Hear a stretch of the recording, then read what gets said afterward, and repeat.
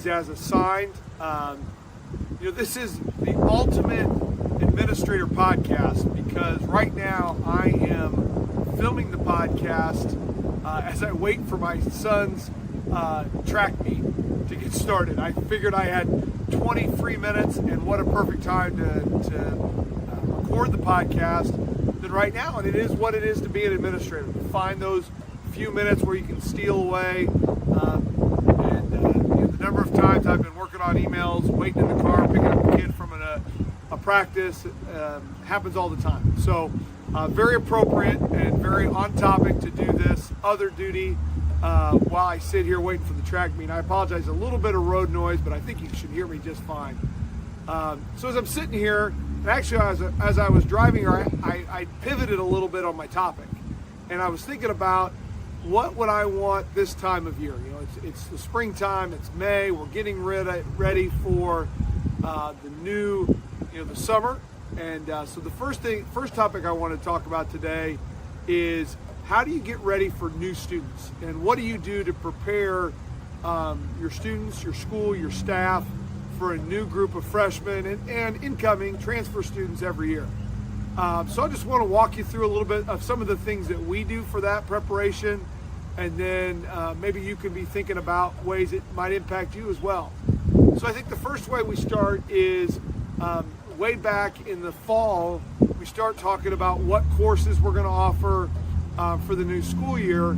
We start having conversations with the guidance department at the middle school and wanting to make sure that they are in alignment. They understand what we're trying to do with new courses. They know who we're targeting for new courses, what changes maybe that have come from the state in terms of graduation requirements.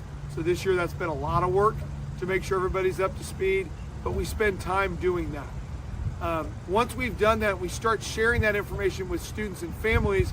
We do a night that we call Priority Scheduling Night. I've mentioned that previously in the pod, but I think that's important. That's a night where we bring in all parents, rising 9th graders through 12th graders, and we talk to parents and students about the new course offerings. We have specific meetings for incoming freshmen to kind of lay out the courses that they have to kind of think about and make decisions about. And then we follow that up with a guidance counselor meeting with freshmen with 8th graders at the middle school to prepare their freshman schedule.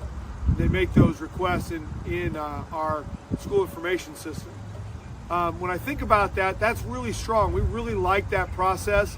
But what we thought about this past year was there's a real disconnect from that December meeting all the way until really freshman orientation, which for us is in July. So we added an additional event. We called it Red Pride Preview Night, where we met with families. We made connections with curriculum, but also with our staff and our clubs and organizations.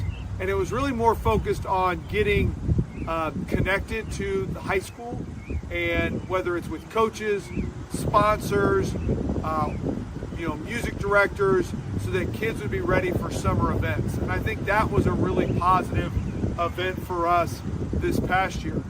But additionally, we start to have some meetings as staff. We can make connections with our special education staff, with our multiple language learner staff.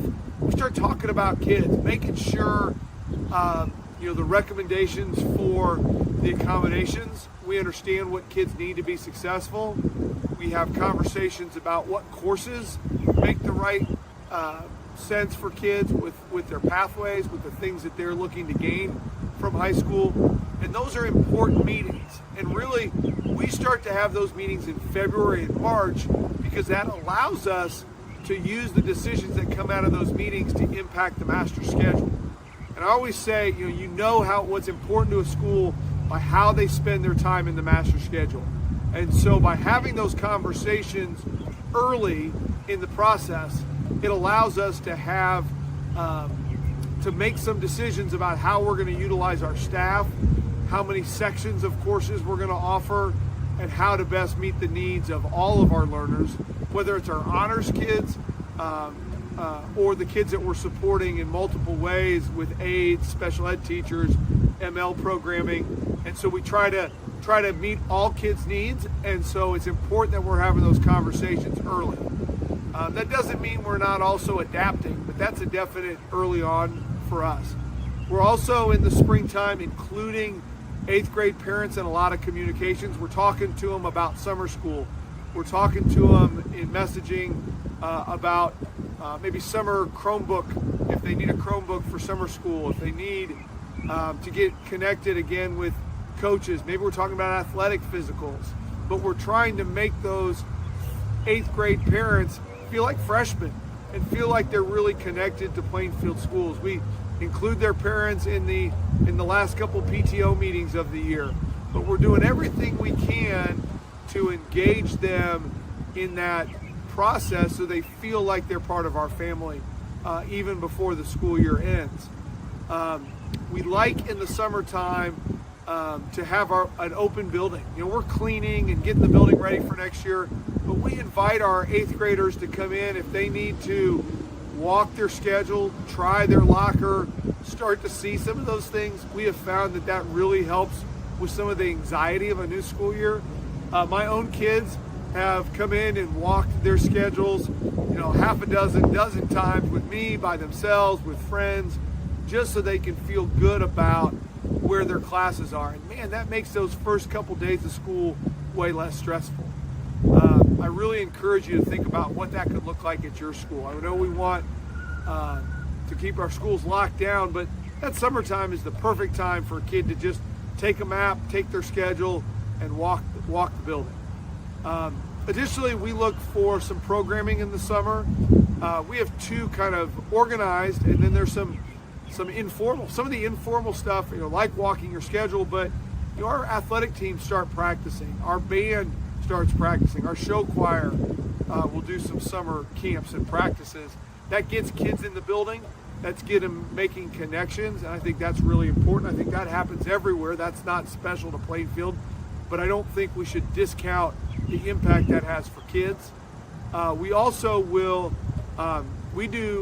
this year we're doing a multi-language learners kind of a jumpstart program. Basically, we're taking an orientation program for those freshmen, incoming freshmen who are multilingual learners, and we're stretching out over a week, where they're coming in for 2 hours every day for a week. They're getting to know our teachers and our staff. They're getting to learn the building, getting to learn the people from the support staff, the administration. Where's the nurse's office? How do I get help with the cafeteria? All those things, so that they can be more confident. We found that we couldn't serve their needs very well in freshman orientation, and really they needed more supports to be successful. And so by doing this, I think it's going to be great. It's also going to allow us to kind of jumpstart where they are with their computers and all those things to start the year. Additionally, we do a freshman orientation. We've done it lots of different ways. We divide it into two halves, try to have a little smaller group. And then within that group for us, it'll be about 200 kids. We'll divide that even out farther to, maybe a group of 100 kids getting tours and groups of 25 kids talking to their guidance counselors so they can get to know Plainfield. Again, put names with faces, start to learn what's going on in the building. And we think that's really powerful and something that's really important to us because we want them to hit the ground running. It's not perfect. Freshmen are always scared that first day, but I always say, hey, know how you're getting to school, know how to eat lunch, and know how to get home. If you can get those three things accomplished, you can figure the rest of it out once they're there and in the first couple days. So we really always send a message to kids about what lunch they eat. We also always send a message to kids leading up to it about where their bus will be located at the end of the day. And I think when we combine that messaging, it definitely helps kids and parents feel more comfortable about those first days. I'm sure everybody does lots of little things to try to help that. I'm always thinking of ways. I love videos, obviously, with the podcast, that, but look for ways to continue to add more of that to some of our messaging to help parents and kids feel better about those first days of school. hope there's a couple takeaways here for you. I know it's about to be summertime. We'll continue the podcast throughout the summer. Also a great chance, if you've got a few extra minutes, go back and listen to some of the previous podcasts. I do think there's always hopefully some nuggets there for you, some ideas, because that's the goal. That's how we get better as educators, is to steal some ideas, to listen to other people's ideas, and to kind of make them our own. And I hope that this podcast continues to do that for you. Please reach out if you have any suggestions to make the podcast better. Reach out for me on social media. My contact information will be on the screen in just a second.